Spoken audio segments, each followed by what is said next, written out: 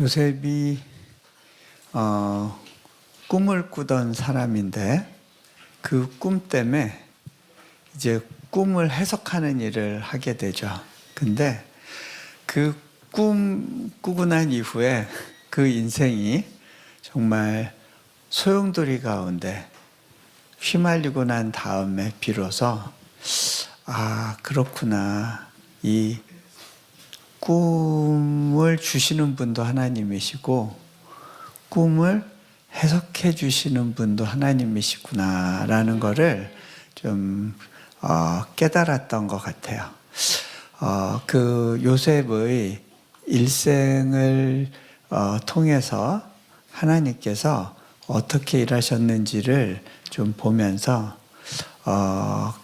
그러한 하나님의 개입하시고 인도하시는 삶의 어떤 그 역사하심이 또 우리 가운데 이렇게 클릭되는 부분들, 맞아, 나도 이런데, 하나님이 내게 또 이러한 인도하심을 주셨구나, 그거를 기억하고 좀 이렇게 다시 확인하는 그런 시간을 가지면 좋겠다는 생각을 해봅니다.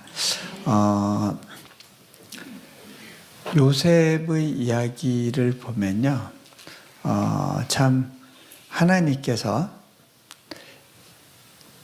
아브라함을 통해서 주셨던 약속을 구체적으로 이루시기 위해서 그 요셉을 사용하시는 걸 보게 되고요. 그런데 그 과정에서 야곱의 편애와 그리고 그 가정사의 여러 가지 얽히고 설킨 문제들이 복합적으로 다 엮여서 그게 확 터져나온 한 예인 걸 보게 됩니다. 요셉이 꿈을 꿨는데 꿈이 자기가 꾸고 싶어서 꾼 게 아니에요. 우리가 많이들 꿈꿔라 이렇게 젊은이들하고 그러면서 도전을 하는 경우가 있어요. 그런데 여러분, 요셉은 꿈을 꾸고 싶었던 사람이 아닙니다. 그리고요, 내가 만드는 꿈은 비전이 아니에요. 하나님으로부터 주어지는 꿈이 비전이에요. 저는 제가 하고 싶은 게 있었어요, 제 인생에서. 그런데 하나님은 그거를 당신한테 달라고 그러셨어요. 저는 그 대학교 교수가 되고 싶었고, 그래서 제가 갖고 있는 그 꿈을 이루기 위해서 열심히 노력하고 달려갔던 사람이에요. 그런데 하나님께서 선교지로 가지 않겠니 부르셨고, 또 선교지에서 계속 이곳에 있어주지 않겠니 라고 초청하셨을 때 그거는 결국 제가 꿈꿨던, 가고 싶었던 어떤 직업의 길을 내려놓는 걸 의미했어요. 근데 그때 제가 배운 게 뭐냐면, 우리는 비전 그러면 어떤 직업을 갖는 거를 많이 연상을 해요. 그래서 뭐 장군이 될래요, 뭐 대통령이 될래요, 뭐 교수가 될래요, 의사가 될래요, 어떤 직업을 가지고 비전을 이야기하는 경우가 많은데, 직업은 비전이 아니에요. 네. 하나님은 우리를 직업으로 부르질 않으세요. 그분의 말씀으로 부르시는 거고요. 비전은 그 삶의 방식과 태도에 대한 거지 어떤 일로 먹고 사는가의 문제가 아닙니다. 하나님께서는 저에게 교수 일을 포기하고 내려놓게 하셨는데, 그렇다고 해서 제가 공부했던 걸 사용하지 않으시는 건 아니었던 것 같아요.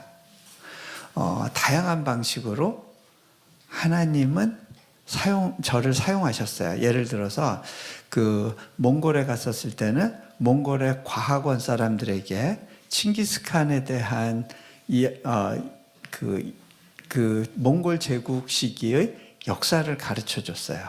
왜냐하면 러시아 시대 때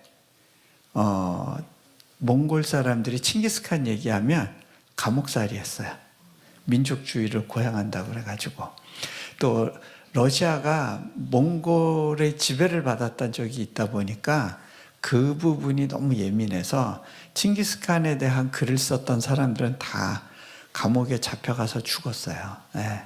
그러다 보니까 칭기스칸의 역사에 대해서 잘 아는 사람들이 없어요. 제가 오히려 과학원 사람들한테 여러 가지 다양한 사료도 보여주고 또 이렇게 새로운 그 연구 동향에 대한 소개도 하고 그랬던 적이 있었어요.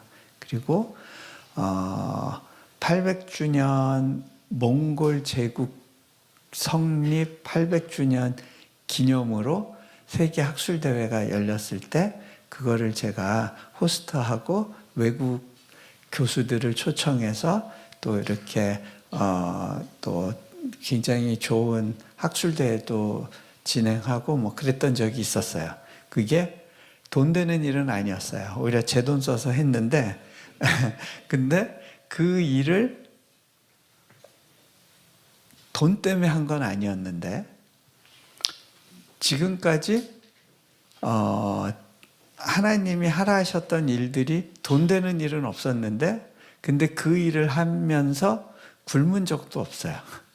네. 그런 게 비전인 것 같아요.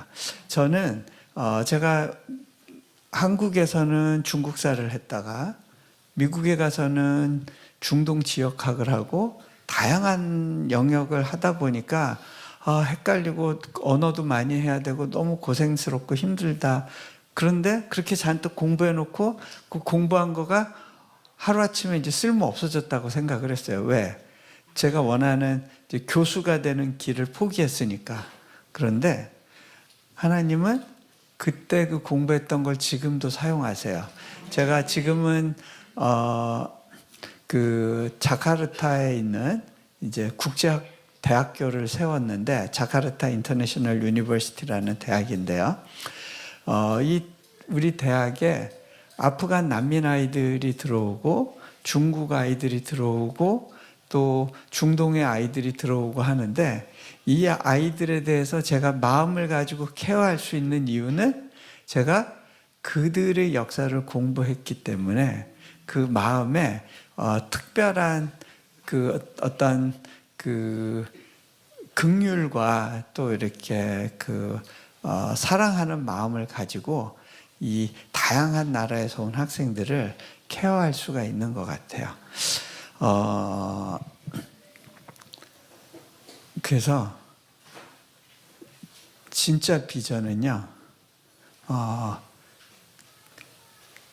돈벌이하고 관련이 없어요. 네. 직업하고 관련이 없어요. 네. 사는 방식에 대한 거예요. 네. 자, 어쨌든 요셉은 자기가 꿈을 꾼 게 아니에요. 꿈이 일방적으로 주어졌어요. 그런데 그 꿈이 주어졌기 때문에 인생이 꼬이기 시작해요. 그 꿈 이야기를 이제 형하고 아버지한테 얘기하면서 이제 더 미움을 받게 되고 급기야는 이제 애굽에 팔려가는 그러한 상황을 맞게 됩니다. 형들이 요셉을 미워해서 요셉을 이제 그 형들을 찾아온 요셉을 이제 구덩이에 빠치죠. 그게 그 내용이 이제 창세기 37장에 나오는데요. 근데 이 요셉이 구덩이에 빠졌을 때 요셉은 암담했을 거예요. 하나님은, 나에게 꿈을 주셨던 하나님은 보이지가 않아요. 이분이 내 인생 가운데 나를 도와주고 이 꿈을 실현할 수 있도록 도와주셔도 모자랄 텐데 하나님은 보이지가 않아요. 깜깜한 구덩이 속에 자기 혼자 내던져졌다고 느꼈을 거예요. 그리고 난 다음에 이제 형들 중에 이제 유다가, 이 아이 그냥 죽이기는 너무 불쌍하다. 차라리 우리 저기 지금 이스마엘 사람들이 길르앗에서부터 오는데 이 사람들한테 그냥 팔자라고 그렇게 이제 제안을 하게 되죠. 자, 그렇게 해서 이 길르앗에서 내려온 이스마엘 사람들한테 요셉이 팔려가는 그 상황을 보면 하나님의 손길이 보이지가 않아요. 그런데 여러분, 하나님은 그 배후에서 일하고 계셨어요. 자, 뭘 보면 알 수 있냐면요. 왜 하필이면 요셉이 구덩이에 빠졌을 때 그때 이스마엘 사람이 지나가요? 저는 그런 경험이 있어요. 그 초원에서 가족들과 함께 전도여행 가던 중에 차가 진흙구덩이에 빠져가지고 옴싹달싹 못한 적이 있었어요. 그때 차가 조금씩 가라앉으니까 아이들을 데리고 이제 피신해서 기도하는 중에 차가 보였어요.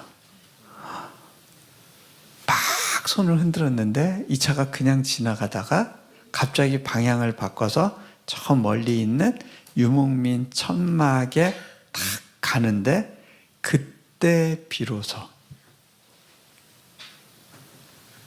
그 사람들이 우리를 보고 와서 보니까 우리 차가 구덩이에 빠져 있어요. 그런데 마침 그때 그 차에 밧줄이 있었어요.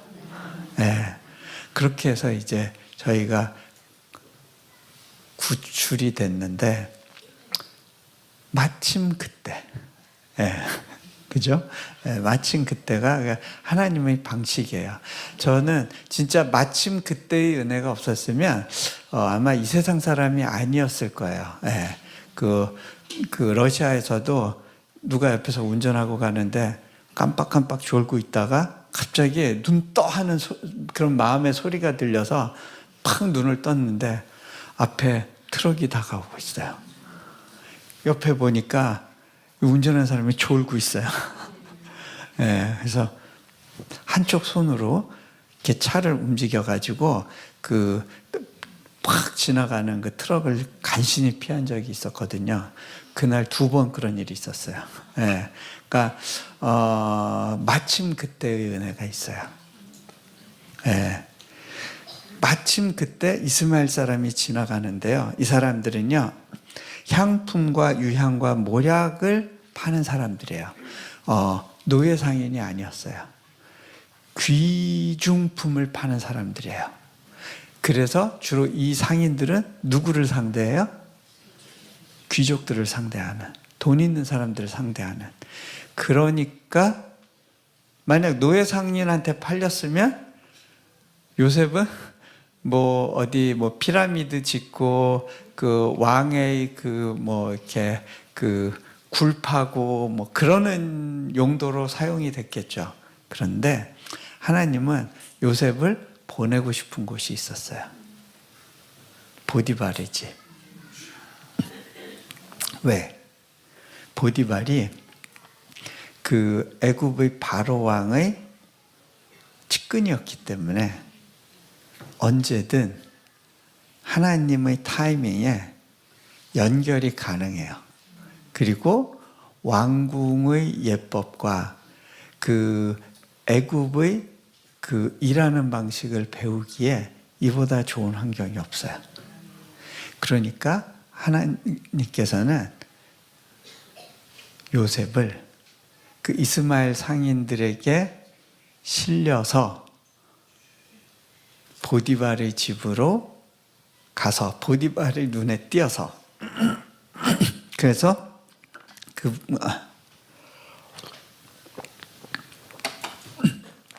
제가 목이 좀 안 좋아서요. 죄송합니다. 그 보디발한테 눈에 띄어서 그 집에서 일하도록 그렇게 세팅이 된 거예요.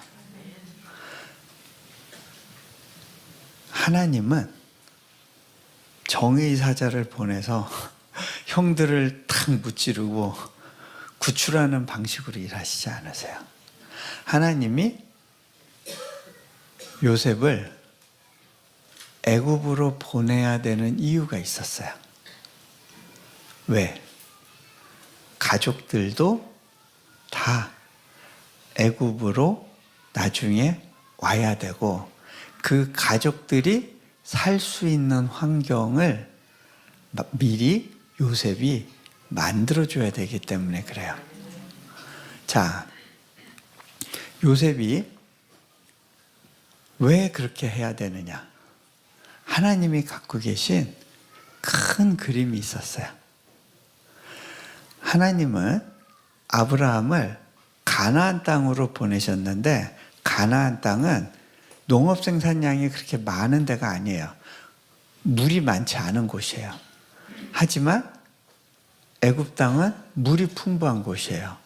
그래서 대규모 농사가 가능하고 많은 인구를 부양할 수 있을 정도의 경제력을 갖고 있었어요. 그래서 하나님이 빠른 시간 안에 이스라엘의 민족을 만들기 위해서는 애굽이라는 경제 환경을 활용하기를 원하셨어요. 그래서 그곳으로 온 가족들을 이주시켜야 되는데 한 가지 문제가 있어요. 어떤 문제냐?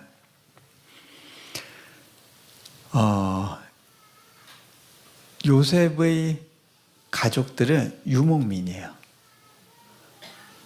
애굽 사람들은 농경민이에요. 농경민은 유목민을 굉장히 싫어해요. 왜? 농경민 옆에 유목민이 살면요, 곡식을 다 망쳐놔요. 그래서 동물을 키우는 사람과 곡식을 키우는 사람을 같은 곳에 둘 수가 없어요. 그리고 또 애굽은 아주 독특한 신관을 갖고 있었고 또 그 자기들만의 어떤 그 제사와 또 신에 대한 이해가 있었는데 하나님은 이스라엘 백성들이 그 영향을 받기를 원하지 않으셨어요. 그래서 따로 분리시켜야 됐는데 그렇게 하려면 누군가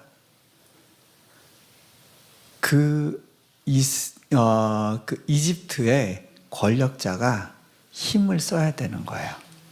하나님은 그러한 패턴을 만드시기 위해서, 그러한 세팅을 만드시기 위해서 요셉을 미리 그 땅으로 보내셔야겠어요. 그리고 그 땅에서 단계를 밟으면서 권력자의 길을 갈 수 있도록 하나님은 준비하고 계셨던 거예요. 자, 그렇기 때문에 하나님은 요셉을 보내셔야 되는데 그거를 형들과의 관계에서의 그 어려움을 활용하시죠. 그렇다고 해서 형들이 잘한 건 아니에요.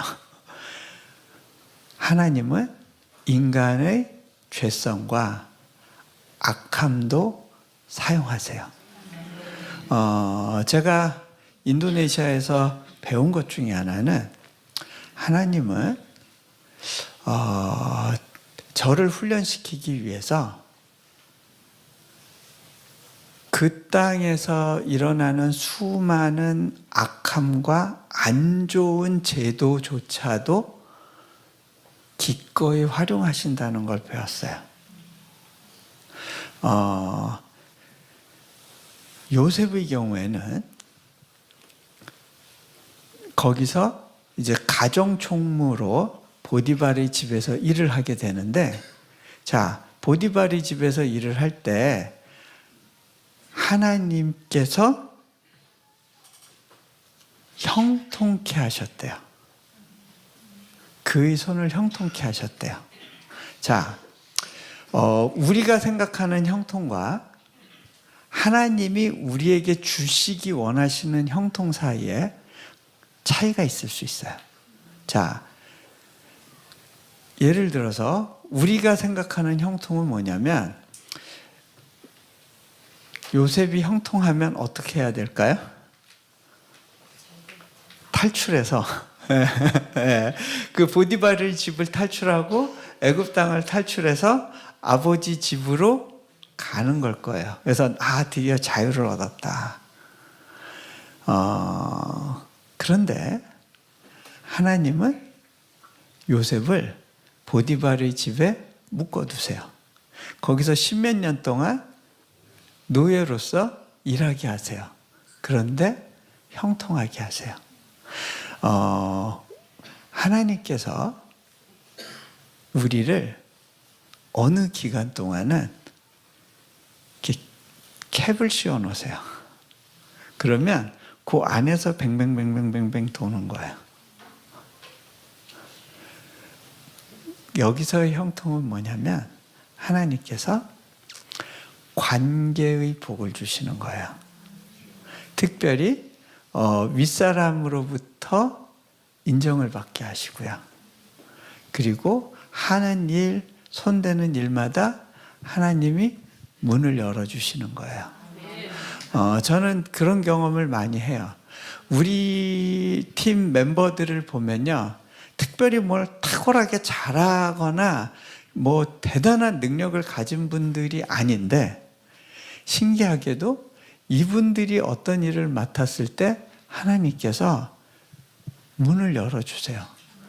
정부 관리들이 문을 열어줘요. 그리고 정부에서 법을 새롭게 만들어주는 일들이 생겨요. 그러면서 전혀 안 될 것 같은 일들이 하나씩 열려요.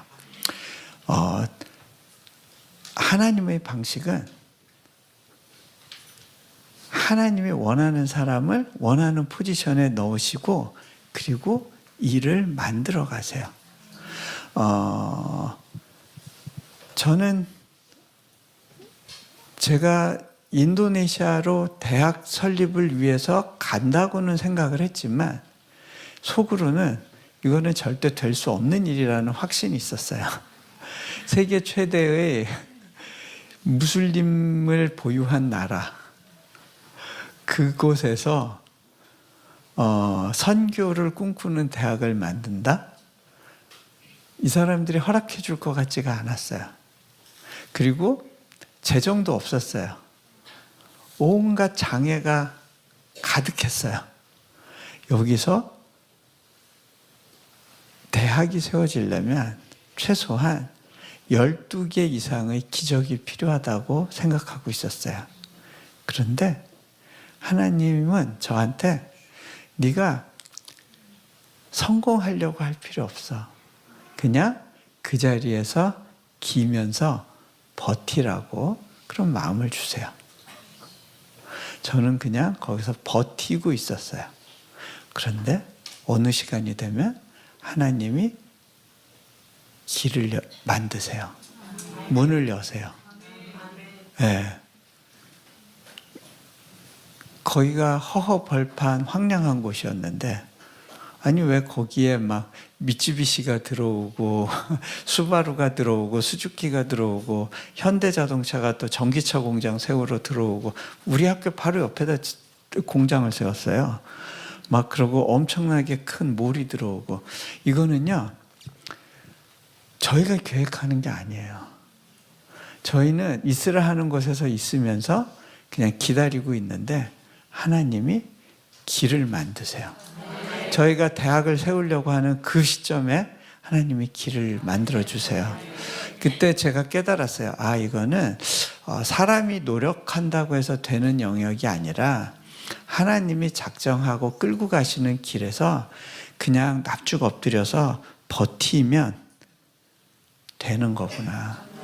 그래서 저는 그때 깨달았어요. 아, 내 역할은 광야에서 깃발을 드는 거구나.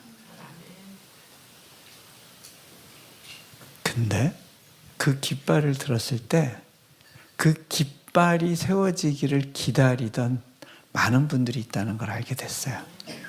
그분들이 하나 둘씩 연결되어서 그 연결 가운데 뭔가가 움직이기 시작하는 것을 경험을 하는 거예요. 자, 하나님의 형통은 그런 건 것 같아요. 그냥 하나님이 관계 가운데 하나씩 앞서서 일을 만들어 가세요.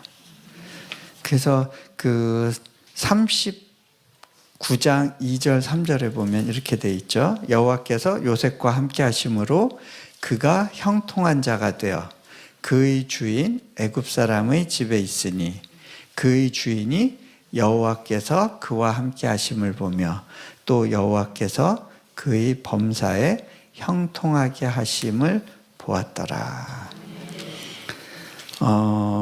그런데 여러분, 하나님의 형통을 가진 사람에게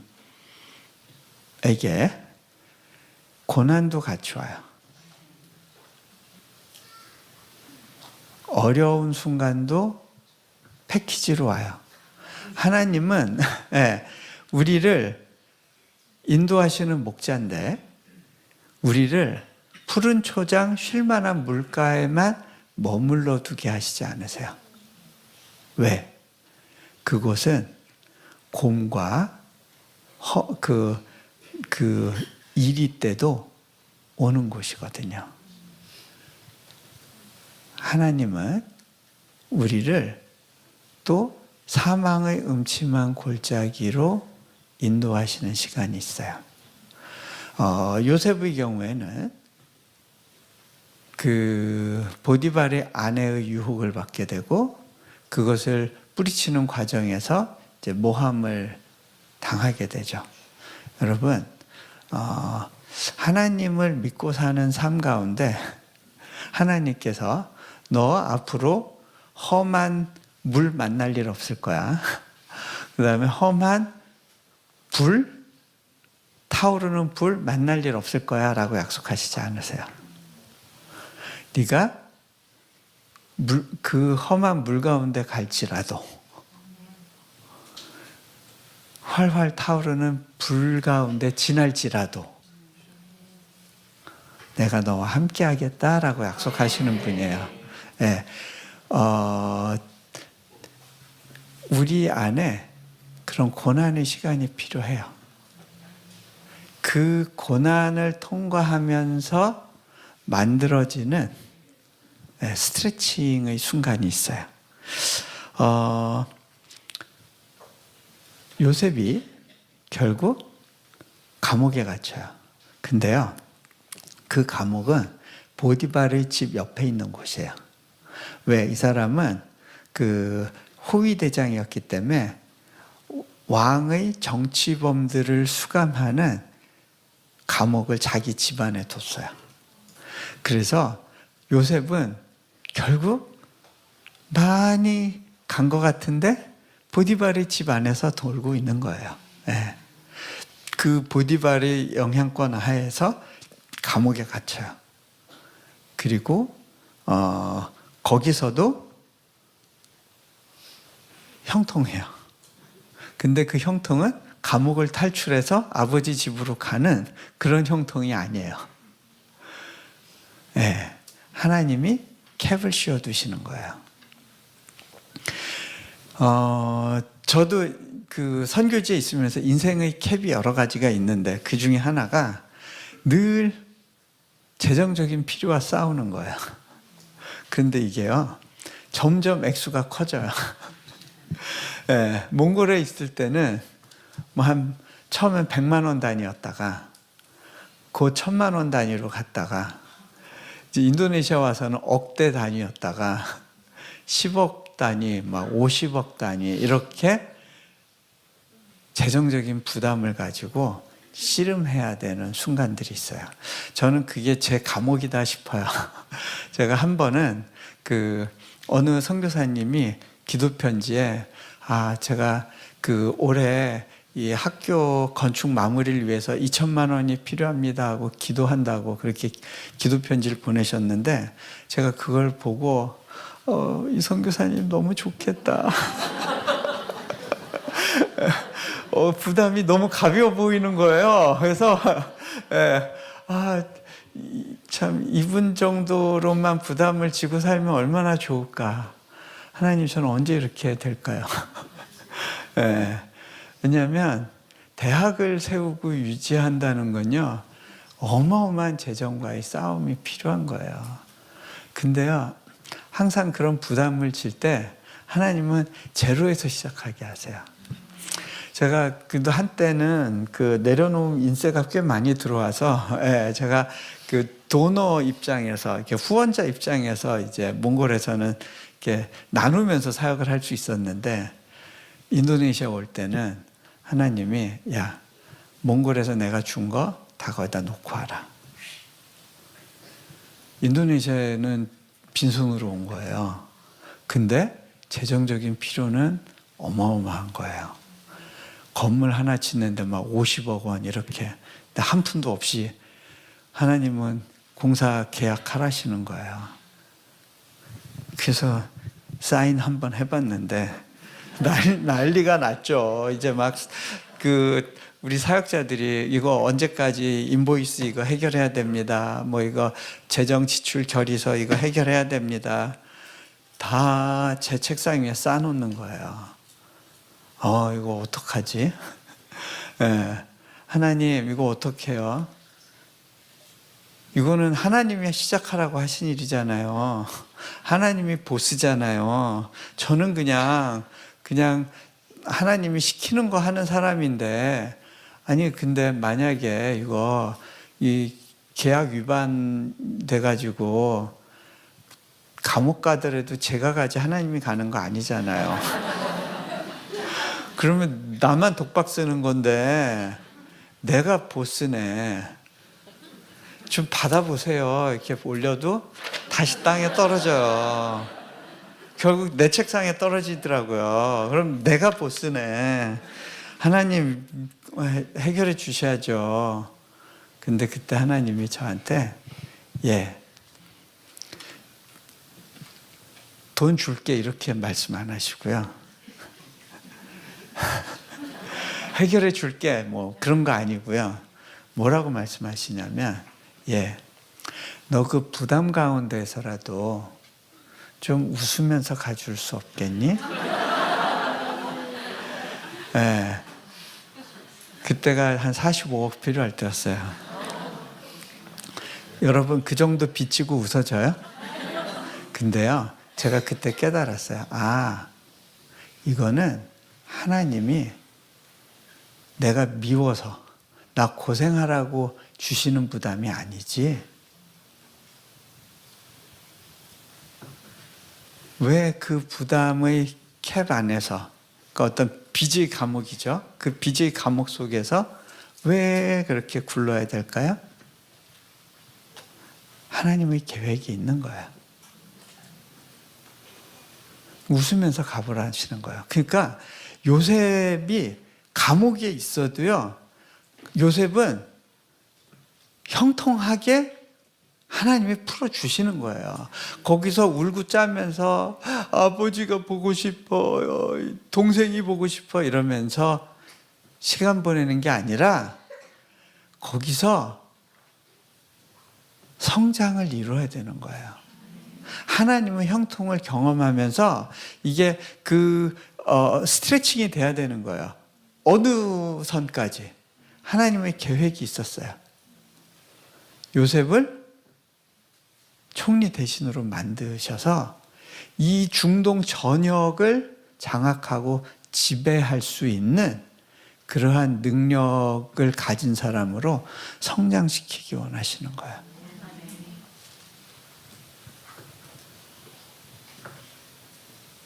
제가 웃으면서 가보지 않겠니? 하나님이 도전하셨을 때 한번 웃어볼게요 그랬어요. 네, 근데 진짜 그렇게 사라지더라고요. 그러니까 저는 원래 그런 사람이 아니에요. 굉장히 이렇게 염세적인 사람이거든요.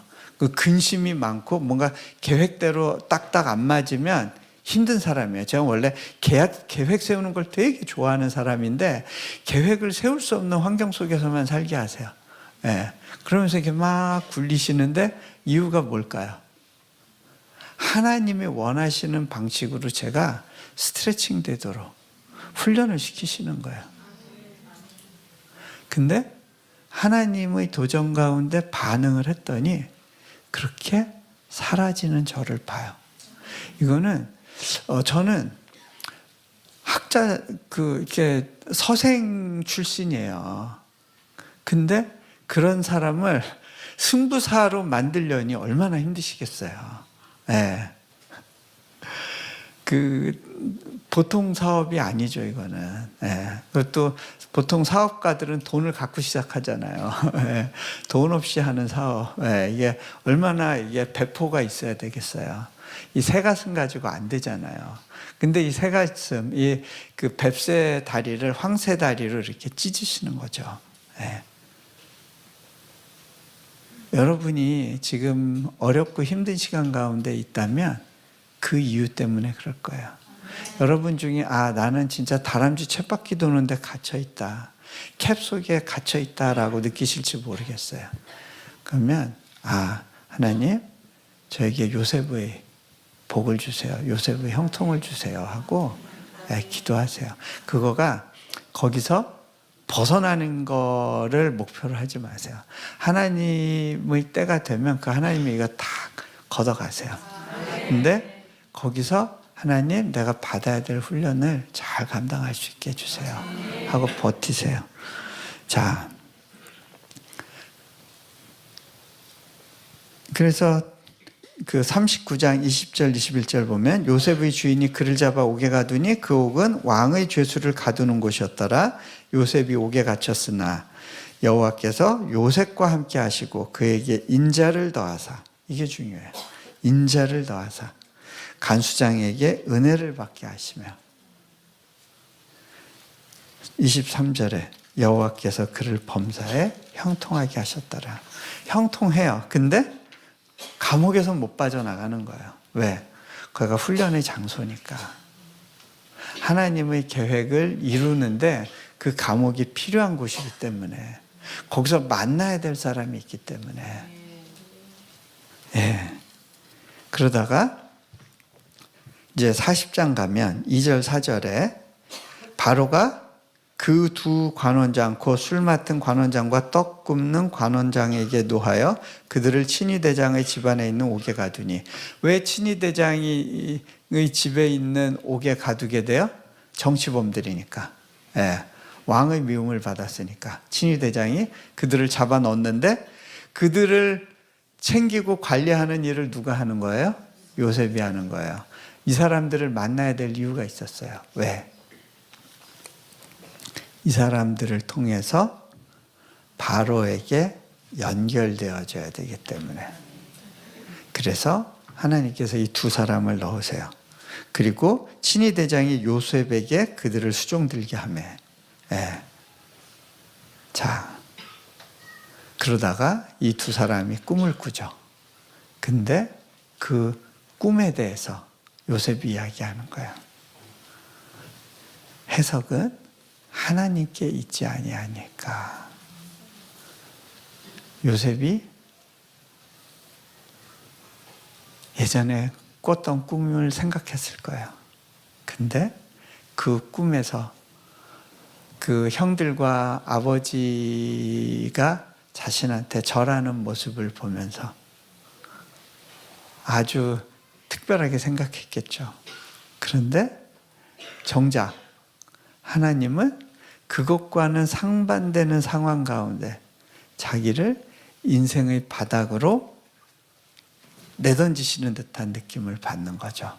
처음에는 형들의 미움을 받아서 구덩이에 던져졌고, 그 다음에 노예 생활로 던져졌고, 그 다음에 다시 일어난 것 같은데 이번에는 감옥 속으로 던져진 거죠. 언제 어떻게 자신의 꿈이 이루어질지는 몰라요. 하지만 요셉은 그 과정 가운데 내 꿈의 해석도 하나님께 달려있지. 그리고 나는 지금 다 이해할 수 없지만 형들이 나를 미워했기 때문에, 형들의 그 악함 때문에 내가 이렇게 어렵고 힘든 시간들을 겪고 있다고 생각한 것이 아니라 이것을 허락하신 하나님의 특별한 섭리가 있다는 사실을 신뢰하는 거죠. 이제 그 단계로 들어갔기 때문에 이런 고백을 할 수 있는 거예요. 해석은 하나님께 있지 않습니까? 내 인생의 해석은 당신에게 있습니다. 앞으로의 내 꿈에 대해서도 주님만이 아십니다. 그죠? 네. 이게 요셉이요, 이 두 간원장들한테 로비를 하거든요. 40장 14절에 보면 당신이 잘 되시거든 나를 생각하고 내게 은혜를 베풀어서 내 사정을 바로에게 아뢰어 이 집에서 나를 건져주소서. 그런데 40장 23절에 보면 술 맡은 관원장이 요셉을 기억하지 못하고 그를 잊었더라. 이거 사람이 노력해서 빠져나가는 게 아니에요. 사람의 방법으로 되는 게 아니에요. 하나님이 그 쉬운 캡을 이제 됐어 하고 열어낼 때까지는 굴러야 되는 거예요. 네, 술 맡은 관원장이 요셉을 기억을 못해요. 그리고 나서 41장 1절에 보면 만 2년 후에, 그리고 2년이란 세월이 지나요. 여러분, 이 2년이란 세월을 지나면서 요셉은 이제 30대가 돼요. 왜 이 긴 시간이 필요했을까요? 10대 초반에 애굽에 붙들려 가서 10수년을 보디발 집에서 그렇게 굴러야 되는 이유가 뭐였을까요? 여러분, 자, 하나님의 계획은 요셉을 총리 대신 만드는 거였어요. 그런데 총리 대신이 되기 위해서는 애굽의 말을 할 수 있어야 돼요. 그러려면 젊었을 때 가야 돼요. 그리고 거기서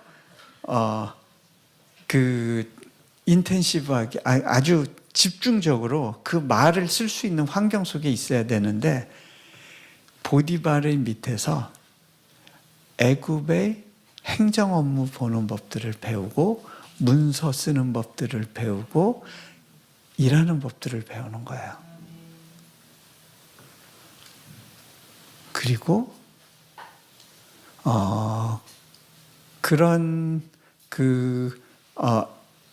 또 하나 중요한 거는 애굽에서 적어도 단번에 총리 대신이 되려면 최소한 30은 넘어야죠. 수염을 기르고, 그 애굽 사람들은 수염을 이렇게 내렸는데 적어도 그렇게 할 수 있을 정도의 연령에 도달해야 되는 거예요. 하나님은 그 타이밍을 재고 계셨어요. 그리고 만 2년 후에 드디어 바로 왕에게 꿈을 주세요.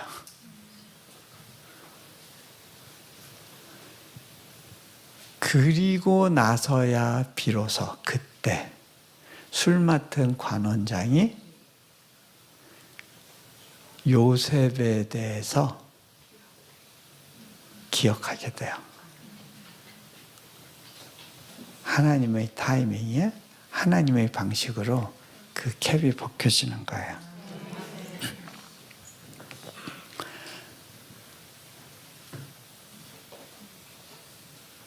그리고 난 다음에 요셉이 총리 대신이 되고, 그리고 이제 본격적으로 흉년이 들었을 때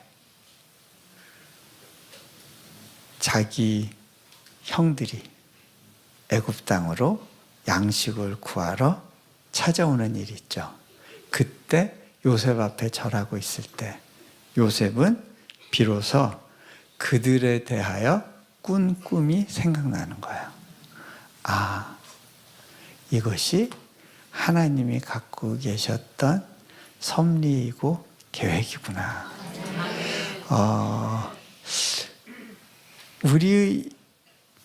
저는 아무래도 아무런 도움도 없고 정말 맨 땅에 헤딩하는 곳에서 버티고 있다 보니까 늘 하나님의 손길에 대해서 예민하게 이렇게 감각적으로 반응하려고 하는 이제 그런 성향들이 생겼고요. 그러다 보니까 하나님이 우리 인생, 특히 제 삶 가운데 개입해서 일해주시는 손길에 대해서 좀 다른 사람들보다는 더 민감하게 이렇게 딱 캐치하는 그런 경우들이 많은 것 같아요. 저희가 이제 지금은 자카르타 국제대학교에서 2년째 졸업생을 냈고요. 그렇게 굉장히 빠르게 성장하고 있는데, 저희 학교에는 특별히 그 아프간에서 온 난민 아이들, 그리고 또 아프간에서 우리가 탈출시켜줘야 되는 그런 크리스찬 아이들, 그 탈레반에게 쫓기고 있던 그런 친구들을 또 받아주기도 했고, 또 기독교 섬에서 정말 공부는 하고 싶지만 교육의 기회가 주어지지 않고 재정적인 여건이 안 되는 그런 애들을 우리가 받아서 또 양육하고 있어요. 근데 이 친구들을 이제 저희가 케어하면, 이렇게 돌보면서 무슨 생각이 드냐면, 야, 이 시점에서 우리 대학이 세워지지 않았으면 이 중에 몇 명은 아마 아프간에서 이 세상 사람이 아닌 애들이 됐을 거고, 얘네들은 교육을 못 받았을 텐데, 야, 정말 요 시점에 대학이 세워졌어야 되는 거구나. 이 녀석들 때문에 하나님이 마음이 너무 급하셨구나. 그래서 이렇게 빠르게 진행시키셨구나라는 거를 느낄 즈음이었어요.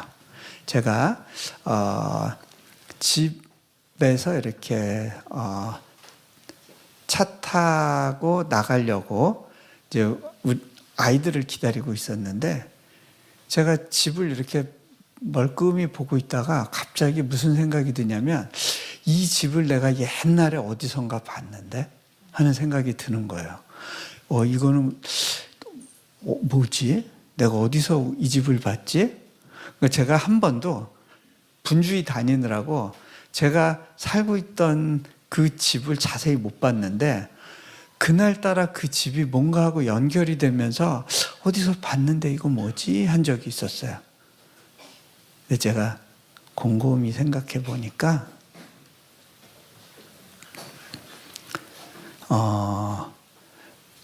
예전에 몽골에서 저희가 살던 그 게스트하우스를 나와서 집을 새로 얻어야 되는데, 제가 그때 하나님, 우리가 앞으로 가서 살 집에 대해서 좀 인도해 주세요 하고 기도했던 적이 있었어요. 근데 기도하던 중에 어렴풋이 본 집이 하나 있었어요. 근데 그 집은 미국의 타운하우스 같은 2층 집에 막 기와가 있고 베이지색의 창문이 넓고 그런 집인데, 몽골엔 그런 집이 없어요. 몽골은 다 아파트만 있어요. 러시아식 아파트. 그래서 이거는 몽골에서 구할 수 없는 집인데 하나님 이 집 왜 보여주시는 거예요? 이거 제가 천국 가서 살 집이라는 건가요? 그러면 내가 이 땅에서는 렌트만 하면서 항상 월세, 사골세만 살고 그렇게 보내야 되는 건가요? 그러면서 이 집 몽골에는 없는데 그러고서는 잊어버리고 있었어요. 내가 뭘 잘못 봤나? 하나님 왜 이걸 보여주셨지? 그러고 잊고 살고 있었어요. 그런데 인도네시아에서 그때 봤던 그 집하고 지금 내가 살고 있는 집이 너무 비슷한 거예요. 무슨 생각이 드냐면 야 이거는 16, 17년 전인데 그때는 우리가 살고 있는 집이 지어지기도 전이었는데 하나님은 이미 내가 몽골 살 때부터 인도네시아에서 내가 살 집과 해야 될 일에 대해서 준비하고 계셨던 거구나. 그러고 나서 보니까 그러면 우리 학교 아이들이 엄마 뱃속에 있을 때부터 하나님은 우리 학교에 대한 계획이 있으셨구나. 이미 얘네들을 보낼 대학에 대해서 계획하고 계셨구나. 여러분, 하나님은 앞서서 계획하고 준비하시는 분이더라고요. 제가 그 인도하신 가운데 헌신하지 않았으면 하나님이 그 예비하시고 준비하신 그 좋은 것들을 보지 못했겠죠. 그런데요, 그 전부터 하나님은 또 뭔가를 준비하고 계셨을 거라는 거를 또 이렇게 탁 순간적으로 이렇게 깨닫게 된 때가 있었어요. 제가 우리 학생들을 데리고 한국 일정을 잠시 온 적이 있었어요. 근데 그 아이들과 함께 숭실대학교 방문했을 때 그 숭실대학교 기독교 박물관에 잠깐 시간이 돼서 아이들과 들어가서 이렇게 쭉 돌고 있는데 거기에 한국의 최초로 온 선교사 알렌 선교사, 언더우드 선교사, 아펜젤러 선교사 이렇게 써 있는 거예요. 근데 제가 그때 아펜젤러 선교사를 가르치면서 얘들아, 선생님이 이 아펜젤러 목사님이 세운 배제학당이라는 학교에 101회 졸업생이었어. 근데 101회 졸업생으로 졸업할 때 하나님 도대체 왜 저를 이 학교의 101회 졸업생이 되게 하셨어요? 그 의미가 뭘까요? 라고 하나님께 물었던 적이 있었어. 근데 내가 지금 보니까 내가 졸업한 학교를 세운 그 목사님이 한국에서 하셨던 일을 인도네시아에서 내가 하고 있는 거야. 어쩌면 하나님께서는 아펜젤러 목사님을 조선 땅에 보내셨을 때 그때 이미 이 학교를 통해서 많은 사람들이 배출되는데 그 중에 또 아펜젤러 목사님 했던 일을 똑같이 다른 땅에서 할 누군가가 있을 거야. 하나님이 콜하고 계셨구나. 부르고 계셨구나. 준비하고 계셨구나. 그것이 연결이 되는 거예요. 자, 그 요셉의 이 스토리를 통해서 야곱이 그리고 형들이 그 여러 가지로 얽혀 있었던 관계인 문제가 하나님 안에서 정리되는 시간을 갖게 돼요. 그리고 이들 모두가 애굽에 들어오고 거기서 하나님의 계획 가운데 어마어마한 인구가 만들어져서 60만이라고 하는 그 대군을 가진, 그러면 6, 4, 24 적어도 한 200만이 넘는 그러한 어마어마한 인구가 다시 가나안 땅으로 들어가서 정복전을 하게 되는 거죠. 그 하나님의 계획 속에서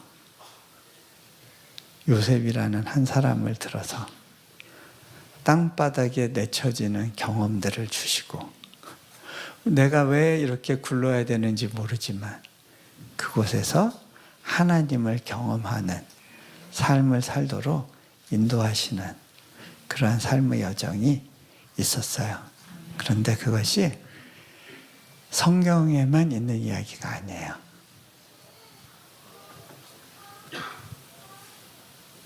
하나님께서는요, 여러분들한테 이렇게 말씀해 주기를 원하시는 것 같아요.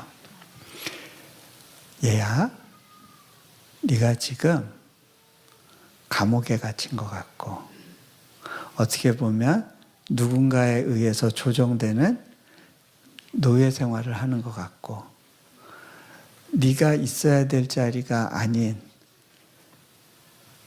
그런 곳에 있는 것 같고, 네가 맨바닥에서 굴르고 아무런 소망 없이 거기서 뱅글뱅글 돌고 있는 상황에 있을지라도 괜찮아. 내가 너를 위한 계획이 있고 지금 이 상황 가운데 너를 만들어가고 있는 거야. 제 삶 가운데도 여전히 큰 짐이 있고 부담이 있고 결핍이 있고 아픔이 있어요. 그런데 그래도 괜찮다는 거예요. 그래도 괜찮아. 내가 여전히 이 역사 가운데 놀라운 그림을 가지고 너를 끌고 가잖아. 지금은 보이지 않아. 그래도 괜찮아. 여전히 나는 너의 배후에서 너를 위해서 일해주고 있어. 그것이 믿어질 때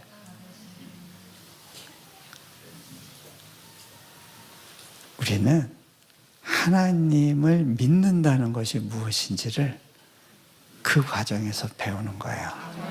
제가 이 이야기 하나 해드리고요. 그리고 말씀을 마무리할게요. 제가 인도네시아에 처음 갔을 때 상황은 열리지 않는 가운데 하나님은 저를 꽁꽁 묶으신다고 생각이 됐었어요. 손, 발을 다 묶고 그냥 마라톤을 뛰라고 하신다고 느낄 때가 있었어요. 왜냐하면 이제 본격적으로 일하려고 하는데 저희 집에 넷째가 태어났어요. 그리고 췌장 수술을 받게 됐는데 그 후유증으로 평생 병원 신세를 져야 될 그런 어려운 상황으로 이제 끌려갔어요. 극적으로 회복은 되긴 했는데 인도네시아에서 도와주겠다는 사람은 없고 인도네시아 정부는 앞으로는 대학 허가를 내주지 않겠다는 모라토리움을 선언하고 제가 그래도 이곳에선 도움을 줄 수 있지 않을까라고 생각했던 모든 곳에서 다 거부 의사, 거절 의사를 받게 되고 이거는 안 되는 일인데 왜 이런 거를 생각하고 그러세요? 라고 하는 제가 만난 모든 분들이 그런 식으로 생각하고 있었어요. 그때 제가 예배 가운데 있었는데 그 몇몇 분들이 앞에 나와서 찬양을 하는데 주 품에 품으소서. 그 찬양을 들을 때 제가 하나님께 이렇게 넋두리 했어요. 하나님, 저도 좀 안아주시면 안 될까요? 저도 좀요. 그런데 그때 제 등 뒤에서 날개짓하는 소리가 들리는 것 같은 느낌이었어요. 그건 느낌이었지 실제로 뒤돌아봐도 뭐 아무도 없었어요. 예. 근데 푸득푸득 주님, 당신이신가요?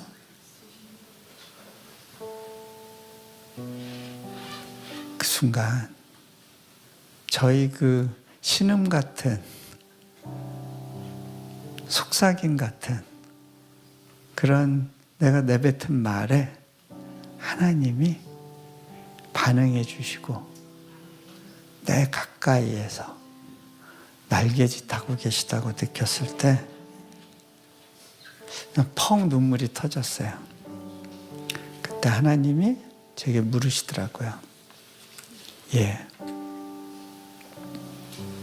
너의 인생이 다람쥐 쳇바퀴 도는 것에 갇혀 있는 것 같고 아무런 돌파도 없는 것 같고 그렇게 너의 소중한 기회를 다 낭비하고 있는 것 같은 그런 상황 가운데에서라도 너 여전히 나로 인해서 만족할 수 있겠니?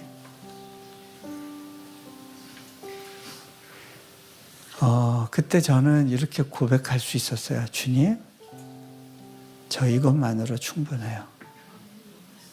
주님의 안아주심, 이것만으로도 저는 충분해요.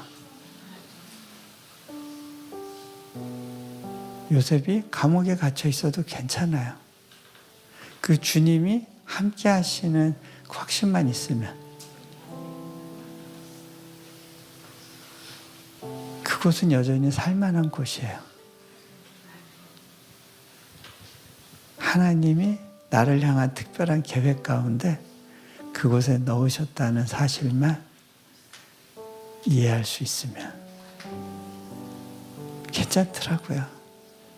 몇십억 빚지고 가는 거 계속 그 필요와 싸우고 눌리면서 가는 거 괜찮더라고요.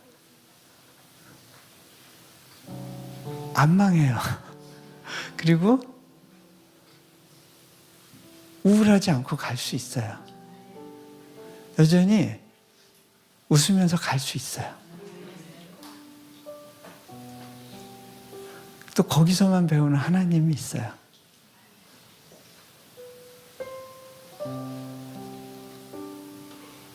하나님이 말씀하세요. 괜찮아. 힘들면 힘들다 그러고 못 걷겠으면 그냥 기어도 되고 그렇게 계속 가보지 않겠니? 제가 하나님께 이렇게 고백했어요. 주님, 전 성공을 위해서 이 자리에 있지 않습니다. 그냥 주님이 있으라 하시는 자리에서 주님과 함께 걷겠습니다. 그걸로 충분합니다. 그리고 그냥 같이 걸었어요. 그런데 시간이 지나고 보니까 어느 과정을 지나고 나니까 하나님이 일하시는 게 보이고요. 하나님의 저희 인생을 향한 준비하심과 퍼즐이 맞춰지기 시작하는 거예요. 그때까지 버텨야 되는 거더라고요.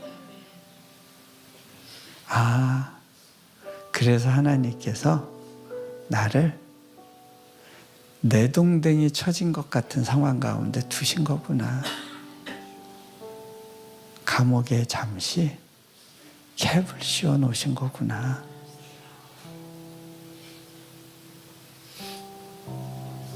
여러분이 어떤 어려움을 갖고 있는지 모르지만 그래도 괜찮아요. 안 망해요.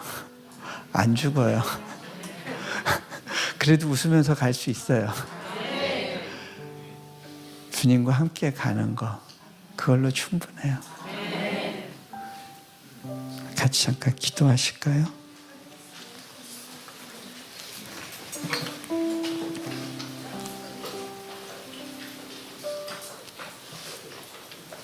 요셉은 다 알지 못했습니다. 자기가 꿈을 꾸고 싶었던 것도 아닌데 그에게 주어졌던 꿈 때문에 그 인생은 곤두박질치고 생각지도 못한 아픔 가운데 어려서부터 너무 큰 부담을 지고 살아야 됐습니다. 그런데 그 과정 속에서 하나님을 경험하고 보니 그렇구나. 내 인생의 해석은 하나님께 달린 거구나. 지금은 다 알지 못하지만 그분의 큰 그림에 덧대어져서 내 인생이 돌아가고 있구나. 잠시 감옥 같은 시간도 있고 노예의 시간도 있지만 그래도 그게 끝이 아니고 하나님의 아름다운 예비하심이 또 그 앞에 같이 있는 거구나. 그것을 고백하게 됩니다. 우리 잠깐 제가 기도합니다. 기도하기 전에요. 우리 여러분들이 좀 먼저 기도하면 좋겠습니다. 이 시간 크게 소리 낼 필요 없고요. 그냥 속삭이듯이 주님과 얘기하면 좋을 것 같아요. 제가 구했던 것처럼 주님, 저도 좀 안아주시면 안 될까요? 저도 좀요. 주님, 저를 기억하고 계시나요? 저를 보고 계시나요? 내 삶에 이 힘들고 어렵고 버거운 이 감정의 그 기복을 주님 보고 계시나요? 내 처지를 아시잖아요.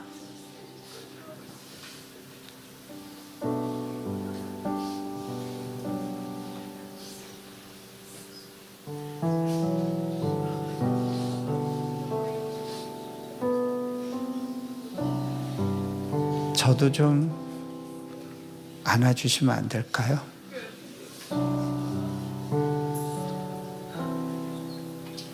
저도 좀요. 지금은 다 보이지 않고 다 이해되지 않지만 이해될 그날까지 좀 버티고 가보려고요, 주님.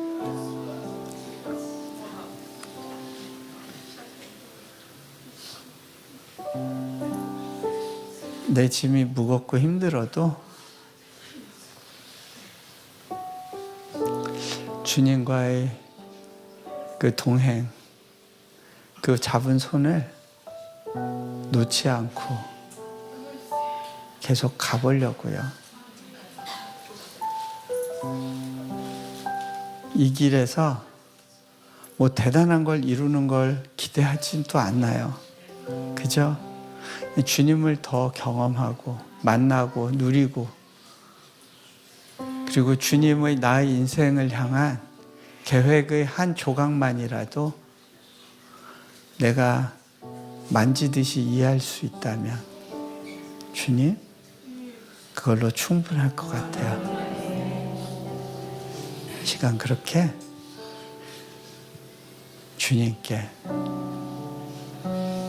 여러분의 마음을 열어내어 드리면서 잠시 기도의 자리로 나아가겠습니다. 같이 기도합니다. 주님,